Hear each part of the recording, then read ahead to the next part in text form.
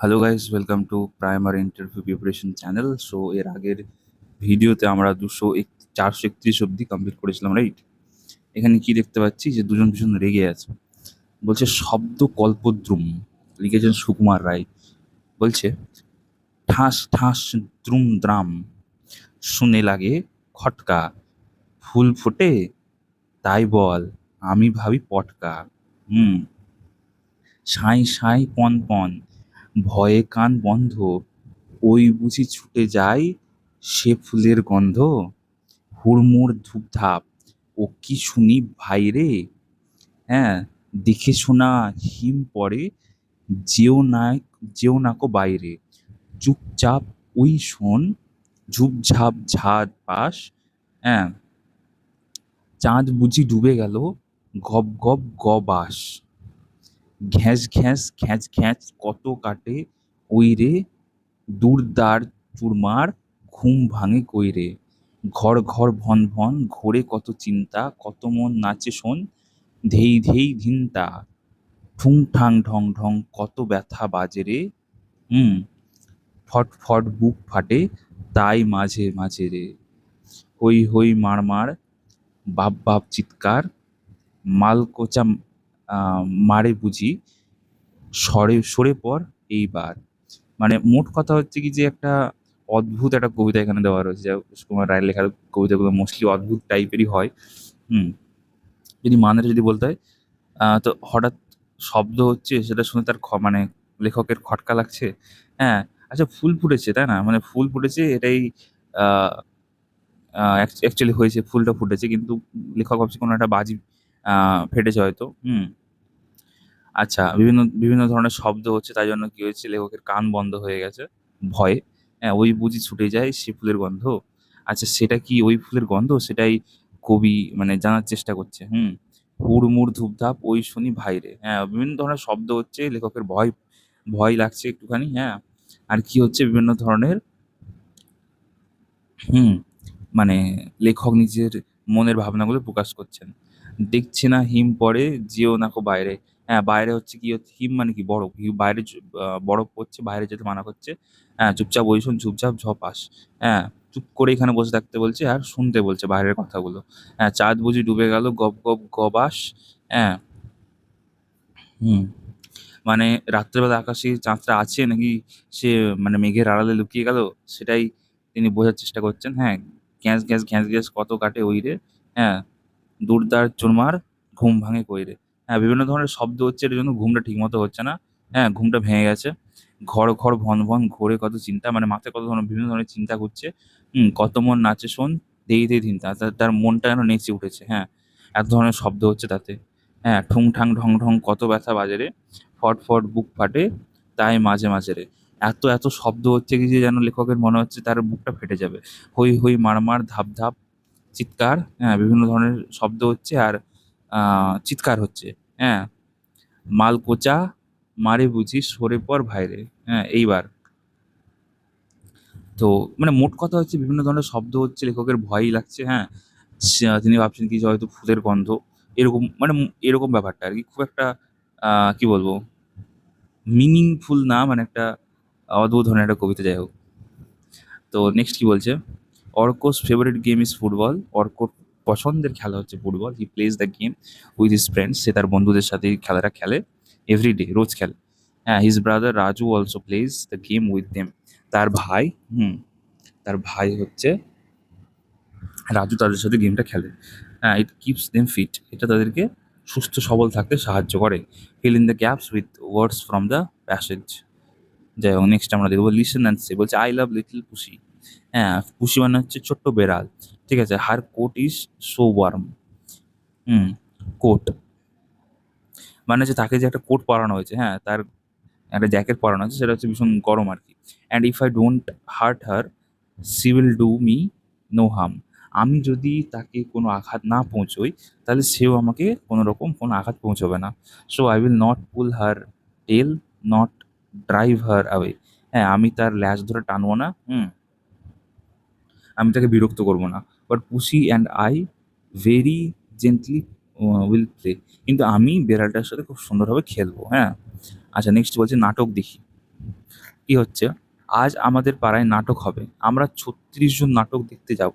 হ্যাঁ, দুটো দিক সমানভাবে ভাগে ভাগ হয়ে বসবো, হিসাব করে দেখি একদিকে কতজন বসবে। দুদিকে বসছে তাহলে ৩৬ জন যদি টোটাল থাকে তাহলে কত, ১৮ করে বসবে, তাই না? ভাগ করে ২ ১ কে ২, হ্যাঁ, ৬টা নেমে গেল, এক বিয়োগ করলে ১, হ্যাঁ, আর ৬টা নামলো, ২ ৮ এ ১৬, তাহলে ২ কেটে গেল, ভাগ শেষ হয়ে গেল, শূন্য।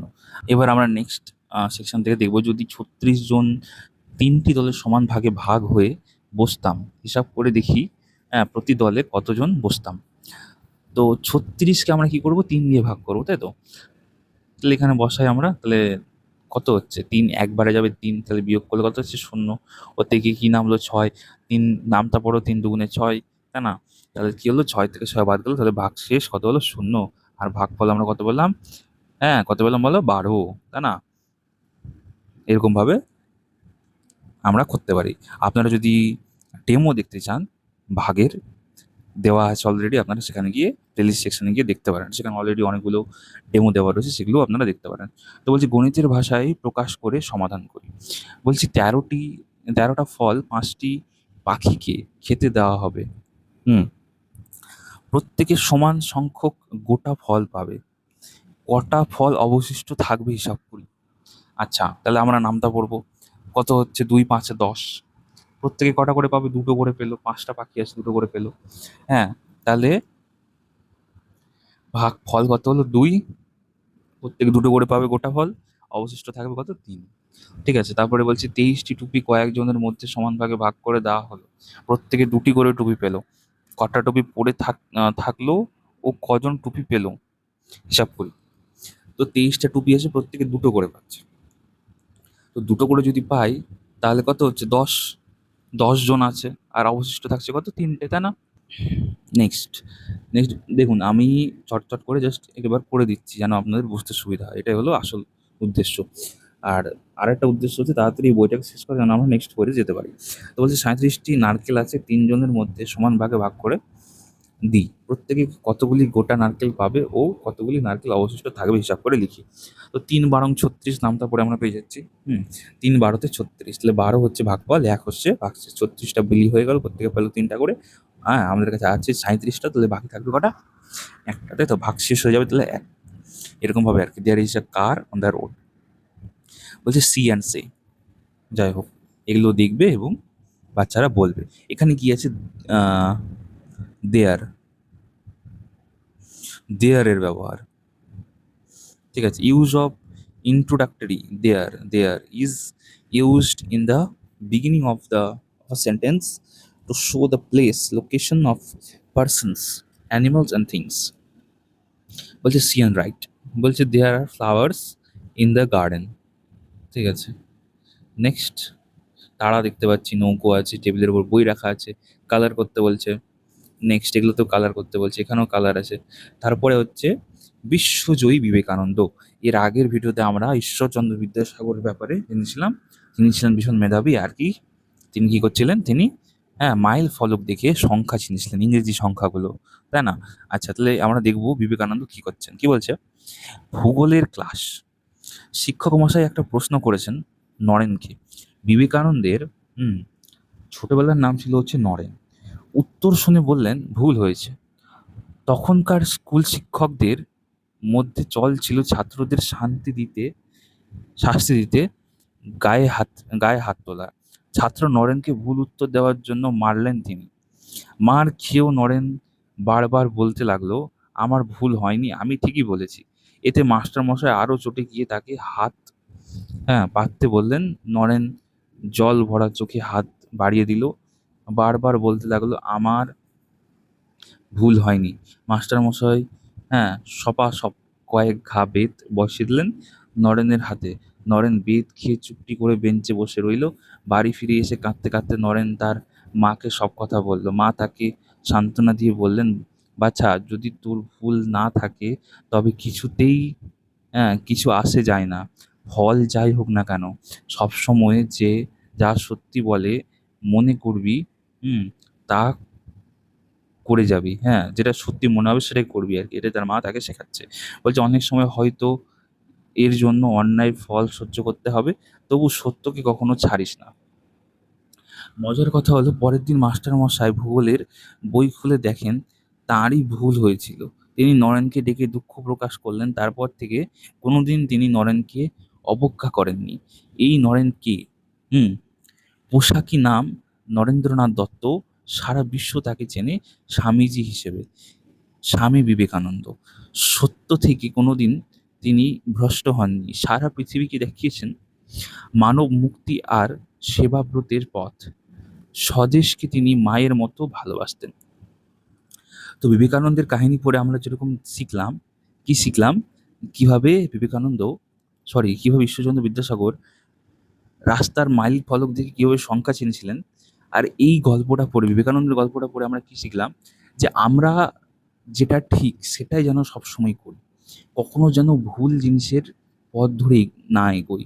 হ্যাঁ, আমরা যদি সত্যের পথে চলি তাহলে যাই হয়ে যাক না কেন, সত্যের জয় হবেই।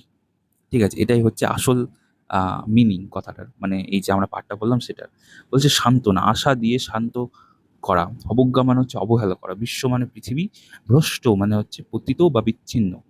হুম তারপর হচ্ছে সেবাব্রত মানে জনগণের মঙ্গল সাধনা, স্বদেশ মানে হচ্ছে নিজের দেশ।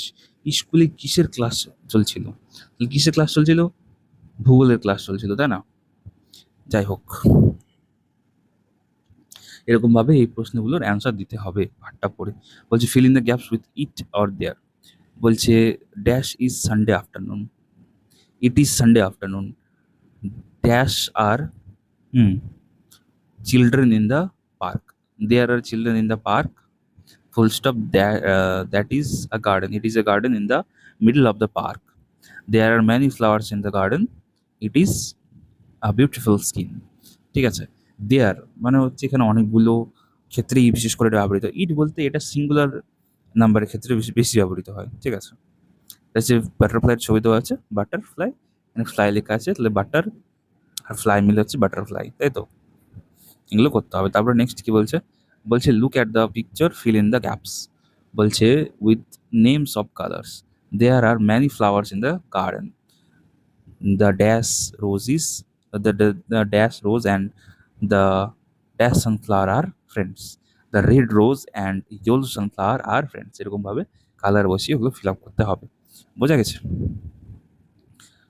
নেক্সট এখানে একটা গল্প দেওয়া রয়েছে, তারপর একটা ইংলিশে কবিতা দেওয়া আছে, তারপরে গল্প আছে উপেন্দ্র কিশোর রায়চৌধুরী। যাই হোক, তো আজকে আমরা 455 অবধি কমপ্লিট করলাম। ঠিক আছে, নেক্সট ভিডিওতে আমরা নেক্সট থেকে স্টার্ট করবো। আশা করি আমাদের ইন্টারভিউটা ভীষণ তাড়াতাড়ি স্টার্ট হবে। ভিডিওটা ভালো লাগলে অবশ্যই লাইক করে চ্যানেলটা সাবস্ক্রাইব করবেন, একটু পারলে শেয়ার করে দেবেন। ঠিক আছে, আশা করবো ভীষণ তাড়াতাড়ি ইন্টারভিউটা স্টার্ট হবে এবং আমরা চাকরি পেয়ে বেতনটা পাবো এবং আমাদের মনের আশাগুলো পূরণ করবো। অসংখ্য ধন্যবাদ।